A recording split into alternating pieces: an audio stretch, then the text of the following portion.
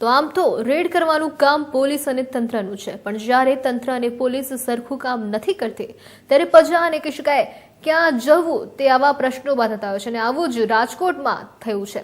રાજકોટની વાત કરીએ તો રાજકોટ જિલ્લામાં કુવાડવા રોડ પાસે આવેલા શુક્લ પીપાડિયા ગામે ચાલતી ખનીજ ચોરીનો પર્દાફાશ રાજકોટ મહિલા કોંગ્રેસ આગેવાની અખિલ ભારતીય પંચાયત પરિષદના પ્રમુખ મનીષા બાવાળા દ્વારા કરવામાં આવ્યો હતો, જે બાદ આ માફિયાઓની કરતૂતો મોબાઈલ કેમેરામાં કેદ કરવામાં આવી હતી।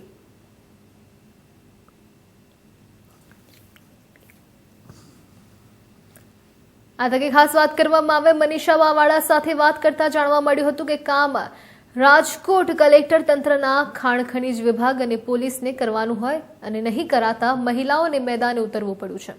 ખનીજ માફિયાઓ શુક્લ પીપાડિયા ગામે ખાસ ચાલતી ખનીજ ચોરીનો પર્દાફાશ તેમનો કરાયો છે। સાથે જ મનીષા બાવાળા દ્વારા રાજકોટ તંત્ર અને પોલીસ સત્તાધારી પક્ષ ઉપર પણ આક્ષેપ લગાવતા કહેવાયું છે કે અમે જ્યારે આ મામલે સ્થળ પર રાજકોટ કલેક્ટરને ફોન કર્યો છે, તેમણે ફોનમાં ના ઉપાડ્યો અને ત્યારે પોલીસને 100 નંબર ઉપર જાણ કરવામાં આવી ને ત્યારે પોલીસ પણ ત્યાં આવવા બદલે અમને પોલીસ સ્ટેશન ખાતે બોલાવી રહ્યા છે। આ સમગ્ર માહિતી મનીષા બાવાળાએ આપી છે। ત્યારે આ જોતા તો એવું જ લાગે છે કે રાજકોટમાં જાણે હપ્તા રાજ હજુ સુધી પણ ચાલુ હોય તેવું લાગી રહ્યું છે।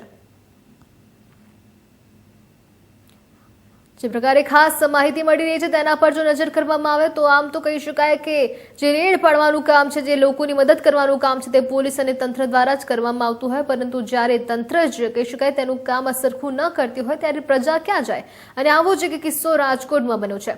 ખાસ રાજકોટની વાત કરવામાં આવે તો રાજકોટ જિલ્લાના કુવાડવા રોડ પાસે આવેલા શુક્લ પીપાડિયા ગામે ચાલતી એક ખનીજ ચોરીનો પર્દાફાશ રાજકોટ મહિલા કોંગ્રેસ આગેવાન અખિલ ભારતીય પંચાયત પરિષદના પ્રમુખ મનીષા બાવાળા દ્વારા કરવામાં આવ્યો છે અને જે બાદ ખાસ આ માફિયાઓની કરતૂતો મોબાઈલ કેમેરામાં કેદ કરી વાયરલ કરવામાં આવી હતી। આ તકે મનીષા બાવાળા સાથે વાતચીત કરતા તેમણે જણાવ્યું કે ખાસ જે કામ રાજકોટ કલેક્ટર તંત્રના ખાણ ખનીજ વિભાગ અને પોલીસને કરવાનું હોય તેઓએ નહીં કરતા મહિલાઓને મેદાનમાં ઉતરવું પડ્યું છે।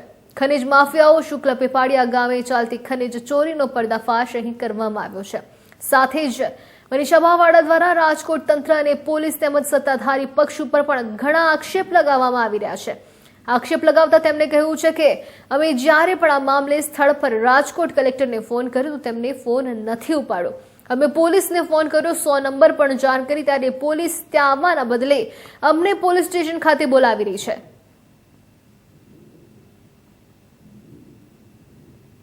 જિલ્લાના ગ્રામ્ય વિસ્તારોમાં ખનીજ માફિયાઓ બેફામ બન્યા છે, ત્યારે રાજકોટના મહિલા કોંગ્રેસ દ્વારા ગઈકાલે એક વિડીયો જાહેર કરવામાં આવ્યો હતો અને ખનીજ માફિયાઓને ખુલ્લા પાડવામાં આવ્યો, ત્યારે જે વિડીયો બનાવનાર મહિલા કોંગ્રેસ જે આગેવાન છે મનીષા બા આપણી સાથે જ આપણે મનીષા બા સાથે વાત કરીશું। મનીષા બા, તમે કાલે એક વિડીયો વાયરલ કર્યો છે અને એમાં ખનીજ માફિયાઓને ખુલ્લા પાડી છે, કઈ જગ્યાનો વિડીયો છે, શું વિગત હતી? હું મનીષા બા બોલું છું। પહેલા તો કોંગ્રેસ પાર્ટીમાં છું, પણ હું અખિલ ભારતીય પંચાયત પરિષદ રાજકોટ તાલુકા પ્રમુખ છું અને એ ખનીજના જે વિડીયોની વાત હતી, પણ એમાં એવું હતું કે મને જાણ હતી પૂરેપૂરી કે અહીંયા વસ્તુ બને છે, પણ ક્યારે કરતા શું કરતા એ નહોતા ખબર મને। પણ એ પાછા મારા જે મારા સંગઠનના જે બેન છે ચંદ્રાબેન, એમને મેં કીધું મેં તમે આની વોચ ગોઠવો, પણ રાતે તો આવું બધું કામ આવા ખનીજ માફિયાના આવા બધા હોય કરતા હોય છે, પણ આ તો ધોળે દિવસે અને કાલે જ આપણે જોયું એટલે તરત મને જાણ થઈ કે ના અત્યારે ચાલુ જ છે, એટલે હું તો તાત્કાલિક સ્થળ ઉપર પહોંચી ગઈ। સ્થળ ઉપર પહોંચી ત્યારે 3 ગાડી એમની હતી, જેસીબી હતું, 2 ગાડી ભરાઈને મને સામે મળી હતી, સરકારી ખરાબો છે અને પછી પરાપીપળિયા ને આપણે કુવાડવાથી જે શુક્લ પીપળિયા ગામ છે ત્યાંનો આ બનાવ છે।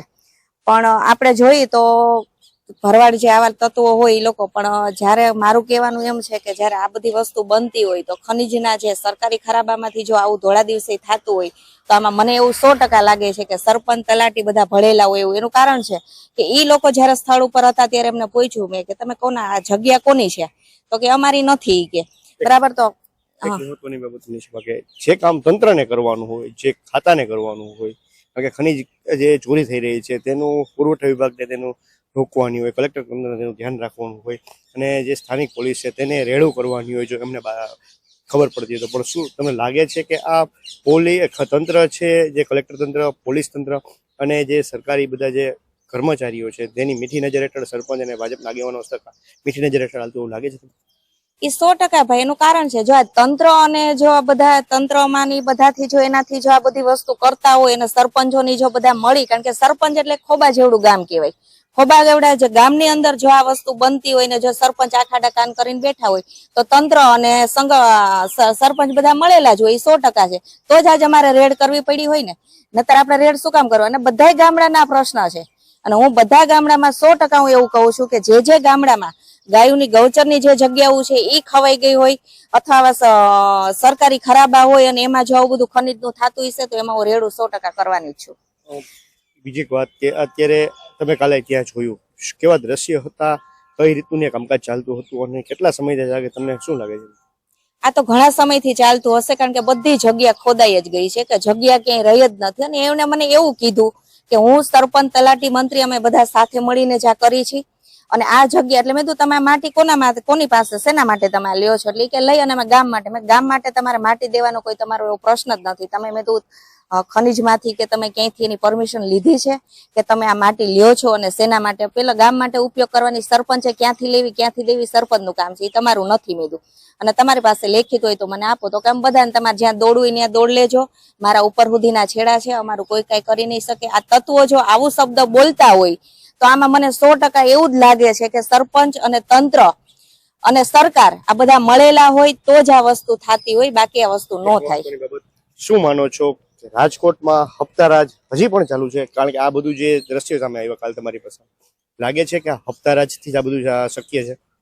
100% હપ્તા ને બધું ખાતા હોય તો જ આ વસ્તુ બનતી હોય ને. બાકી તો આજે જો સરકાર એક નાના લોકો, વેપારી લોકો હોય છે કે નાના લારી ગલ્લા વાળા હોય છે, તો આજે એને કોર્પોરેશન ગણો કે સરકાર ગણો, કોઈ પણ લોકો કે આજ પોલીસ ગણો એમને હેરાન કરવા માટે નીકળી જાય, ધંધા બંધ કરાવવા નીકળી જાય.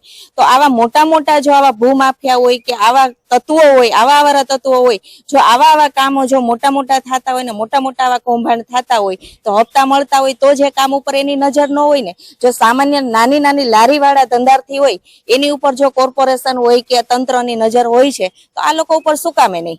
એટલે માનો છો કે કુવાડો જે પોલીસ છે જે તેની હદ વિસ્તારમાં આવતું હોય છે તો કાલે મેં પોલીસને પણ જાણ કરેલી હતી, કારણ કે પોલીસની ગાડી પણ મેં હામડો 100 નંબરમાં મેં રિંગ કરીને બોલાવી હતી, એટલે એ ગાડી પણ હામડો ટાઈમે પહોંચી જ નથી.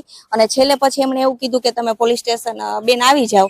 મેં તો હવે તો આ બધા વયા ગયા. મેં તો બરાબર ભાગી હોતન ગયા ત્યાં સુધી તમે પહોંચ્યા નથી, એટલે કે આવી જાઓ. એટલે ત્યાં પણ મેં લેખિત અરજી લખાવી જ છે મારા નામની. અને એટલે એને એમ કીધું કે આ બધું તો અમારામાં નથી આવતું, અમને જો કલેક્ટર સાહેબ કહે તો જ આવે. અને કલેક્ટર સાહેબને પણ મેં કાલ ફોન કરેલો હતો પણ એમનો ફોન રિસીવ કાલ નથી થયો. અંતિમ સવાલ, આગામી પગલા મહિલા કોંગ્રેસના જે છે તે કેવા રહેશે? કારણ કે કોંગ્રેસ પક્ષ છે તે અત્યારે આ મુદ્દો ઉઠાવી રહી છે, ત્યારે હવે આગામી સમયમાં કઈ રીતની જે આનો વિરોધ કરવામાં આવશે?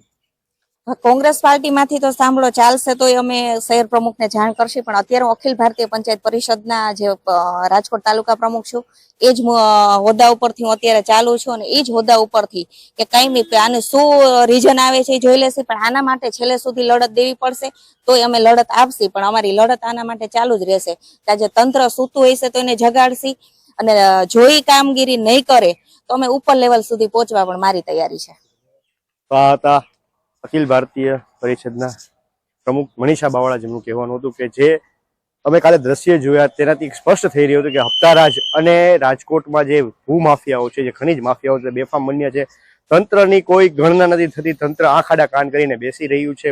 પોલીસ તંત્ર હોય કે કલેક્ટર તંત્ર, તેમને કોઈ આ ખનીજને ખનન થઈ રહ્યું છે જેનું ખાણ ખનીજનું, તેનું કોઈ પરવા નથી. અને લોકો આવા જે ખનીજ માફિયાઓ બેફામ બનીને જે ધરતી છે તે ખોદીને બાયની માટીને બારોબાર વેચવાનો કૌભાંડ આચરી રહ્યા છે.